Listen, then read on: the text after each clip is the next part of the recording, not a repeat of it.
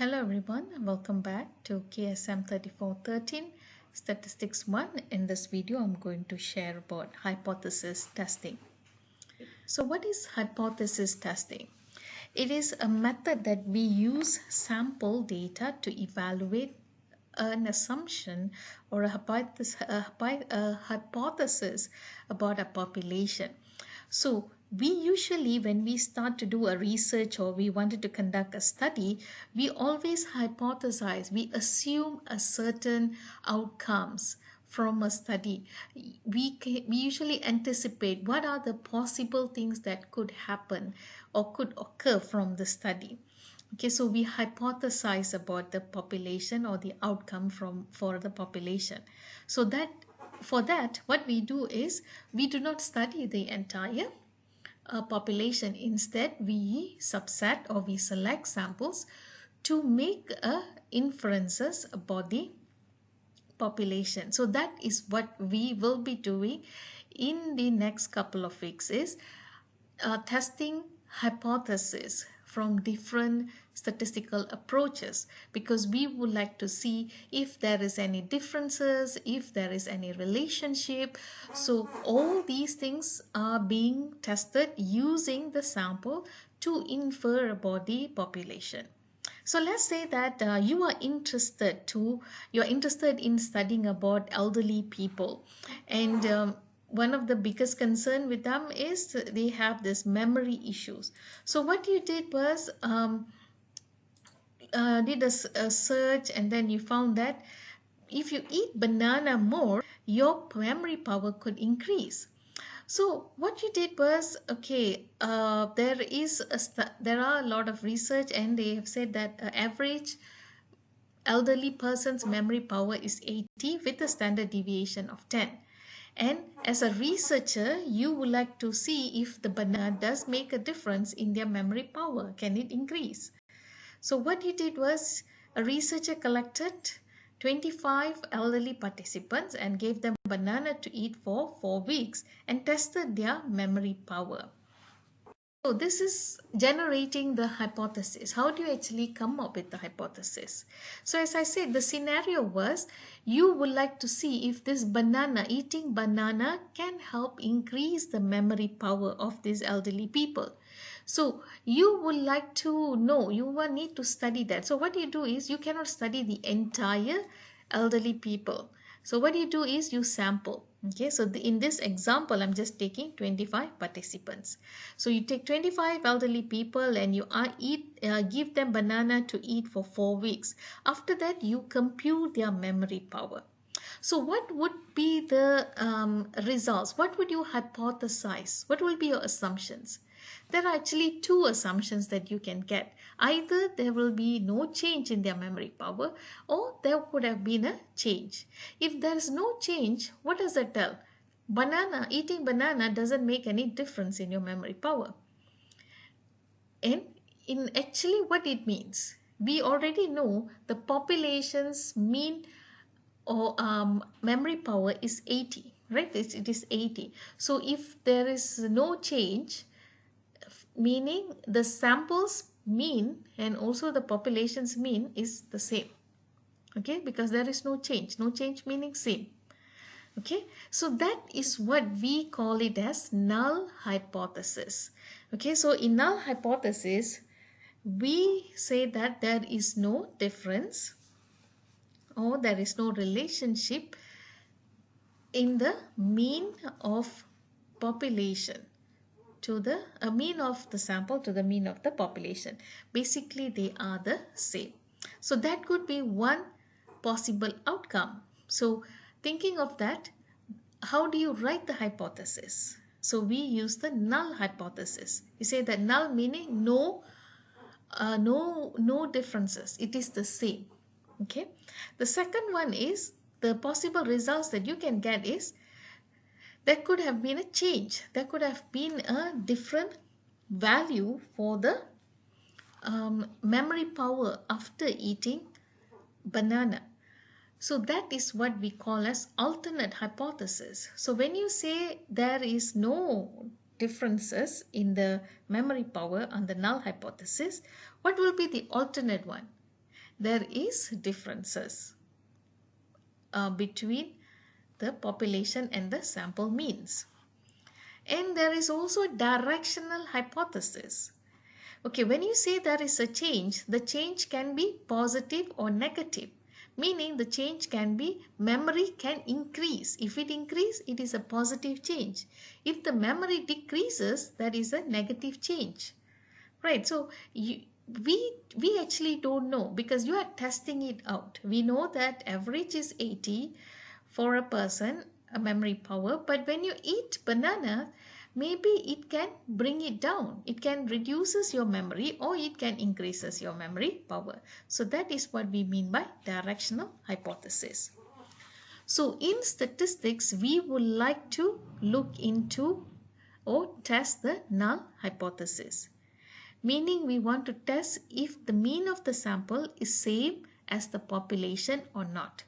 So in statistics, it's called null hypothesis testing. Okay, so always we test the null because null is much clearer. Null meaning there is no differences. Okay, but when you say that if you're testing null alternate hypothesis, the possible outcomes can be negative or decreasing and increasing, so there is a mixed results, so you cannot actually, you have difficulty in identifying if there is a difference or not. Okay, so that's why in all the statistical testings we test for the null hypothesis. We always assume there is no difference, so we try to prove that there is a difference. Okay, because we want to show that eating banana does work, so we want to test that there is a difference. So how do we actually write the null hypothesis? So in this case, whenever you want to say that, because here you are comparing the means, right? So the mean of the sample is equivalent to 80 because 80 is the population's mean. Okay, but in this case, when you're writing a null hypothesis, you say mu equals to 80, meaning mu here, when you're writing hypothesis, you always have to use the Greek letters. So the mu here represent the mean of the sample. So we say the mean of sample is 80, meaning there is no difference. Okay. So how do you test our hypothesis? Okay, so we have 25 elderly people. We ask them to eat banana for 4 weeks, and then after 4 weeks, we estimate the mean of the memory power. So we calculate the average memory power for these 25 people, and we found it was 84 with the standard deviation of 5. So if we just look at the value of 84, it shows that there is a difference because the mean of the population was 80, and when you look at the value, it is 84. So we know that, oh, okay, looks like there is a difference. But we have to remember from the estimation video earlier that when the sample, okay, when this time we took a 25 elderly people. So if you take a different 25 people of this elderly group, you might get a different mean values. So this 84, is it really the true population mean? It could not be. So we would like to know if this value of 84 is close to the true population mean or is it far from it. Okay, so if it is close, meaning it is similar. If it is far, it is different. Okay, okay, so therefore we estimate the cutoff or criteria value that indicate where is actually the means are close to the population mean and what is the range that is outside or far from the population mean. So how do we do that? This is the same idea with the estimation procedure. Remember, we wanted to see a range. So this range is trying to say that, okay, at this point, from this point, it is close to the population mean. So anything outside from it, it is far from the mean. So if it is close to the mean, meaning it is similar to the mean value, to the population mean. If it is far, it is different from the population mean. Okay, so how do we use it? How do you determine the cutoff value or the criteria? okay, to say this is close, this is far. So we use the proportion or probability concept from sampling distribution, from the estimation approach that we learned in the previous video. When we have a random random and normally distributed data, we can use it to estimate the probabilities because of the central limit theorem. So in the theorem we have said that, so when you have a large number of sample, and it is when it is we have a large number of samples, so when the sample size increases, the sampling distribution will resemble like a normal distribution, and the mean of the sampling distribution will be similar to the mean of the population. So how do you find the cutoff or criteria? Okay, so just like in your estimation, okay, so what did we do in the estimation video? We start with the level of confidence. So how do we know the z-score for the level of confidence? So firstly, we set the confidence level, so 95% confidence. So for this 95% confidence, we draw out the distribution, as you notice on the left side, okay, with the gray black and white distribution, standard normal distribution. The shaded area on the below is 95%. That is the area. So on the unshaded area, there is two tails, okay, two tails, the unshaded areas below on the both side of 95% is actually the areas. So each area carries about 2.5% because out this the entire area is 100% and the 95% is in the middle. So 100 minus 95, you have 5%. 5% is to represent both the areas, that is in white. So 5 divided by 2, so both sides or both areas are equivalent to 0.0525 proportion. So when you find this 0.025 proportion in the tail section of the of the z-score table, you will find the z-score of 1.96. Okay, so that is actually the cutoff. The 1.96 is actually the cutoff or the criteria to say which is close to the mean, which is far from the mean. So on the left hand side, if you notice, we have for 95% confidence, the z-score value is 1.96. For 99%, it is 2.576. Okay, because it is based on the 99% confidence. So for 90% confidence, if you notice, the z-score has been reduced. It becomes 1.65. So this is how we actually get our cutoff or criteria. So what does this cutoff or criteria means? Okay, so when you have 95% and this is the area, and these are the remaining white unshaded areas are the 2.5% areas. Okay, so we determine the cutoff. So for 95%, for 0.95 probability or proportion, the cutoff is 1.96. Okay, so this is the cutoff. So any values within this region is close to the mean. So we are saying that within negative 1.96 and 1.96, this region is very likely region for the mean to be close to the population mean. Any values that falls in this region are close to it, because we have to remember, when you sample different group, you will get different means. So what are the means that is close? What are the means that is far? Okay, so that is what we want to find out. So here we identify the values within this region are close to the mean. So anything that is beyond this region, okay, beyond 1.96 or less than negative 1.96 will be considered as far from the mean. Okay, so these areas of 1.96 above, it's the area is what we call as the level of significance, because that significantly differs from the other values. So it is always represented in terms of proportion. So, and it's called alpha. 0.05. So in questions we say that test the level of significance at 0.05. So when you give the value of 0.05, so you have to go back to the z-score of 1.96. So that is the cutoff. So any values outside of it. So we are determining, the question determines you to test whether this mean value is close or far from the mean. Okay, so in order to know whether it is close or far, you need to have a cutoff. So how do you get the cutoff? From the probability. Okay, so how do you test the hypothesis? Okay, firstly, with the identified cutoff values, we can compare our mean is same with the population mean or not.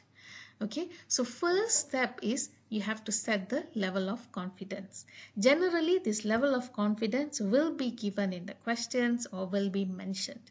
Okay, in social sciences, we set the level of confidence to 95.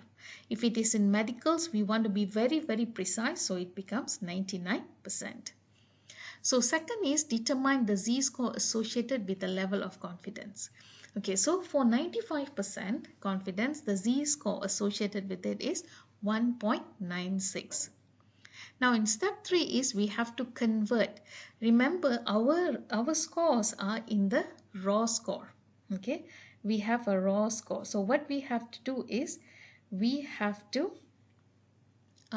use the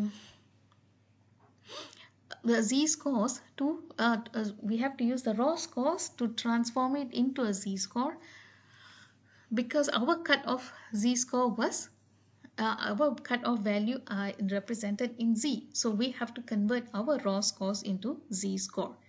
Okay, so we convert the mean of the sample to the z-score. So here the mean will be 80. Mean of the sample is 84, mean of the population is 80, and the standard deviation is 5 with a sample size of 25. So what happens next is we identify the standard error of the mean. So standard error of the mean is standard deviation of the sample divided by the square root of n. Okay, so when you solve that, you get 1 and then your z-score will be 4. So now the step 4 is compare the computed z-score to the z from the confidence. So the z-score that we computed is 4. From the table is the 1.96. Since the computed z is greater than the z critical or c or from the table, it means that the mean falls on the unlikely region. The obtained mean is different than the population mean.